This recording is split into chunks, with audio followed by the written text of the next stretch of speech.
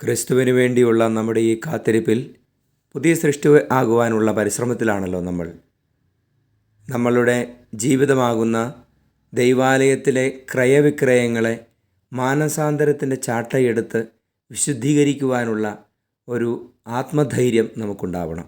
അപ്പോഴാണ് നമ്മൾ പുതിയ സൃഷ്ടികളാവുക, നമ്മൾ വിശുദ്ധീകരിക്കപ്പെടുക. വിശുദ്ധീകരിക്കപ്പെട്ട ദൈവാലയത്തിലേക്കാണ് ക്രിസ്തു പ്രവേശിക്കേണ്ടത്. നമ്മുടെ ജീവിതത്തിൽ ക്രിസ്തുവിന് ചേരാത്ത നാണയമാറ്റങ്ങളെയും പ്രാവു കച്ചവടങ്ങളെയുമെല്ലാം ദൂരെ എറിയുവാൻ നമ്മൾ നിരന്തരം പരിശ്രമിച്ചേ തീരൂ. നശിപ്പിക്കപ്പെടുന്ന ദൈവാലയത്തെ 3 ദിവസം കൊണ്ട് പുനരുദ്ധരിക്കുവാൻ ശക്തനായവനാണ് നമ്മുടെ തമ്പുരാൻ എന്ന് തിരിച്ചറിയാം. നമ്മളെ തന്നെ അവിടുത്തെ കരങ്ങളിൽ സമർപ്പിച്ച് നമുക്ക് ഒരു പുനർനിർമ്മിതിക്ക് വേണ്ടി പ്രാർത്ഥിക്കാം, പരിശ്രമിക്കാം. ഈശോ അനുഗ്രഹിക്കട്ടെ. Ave Maria.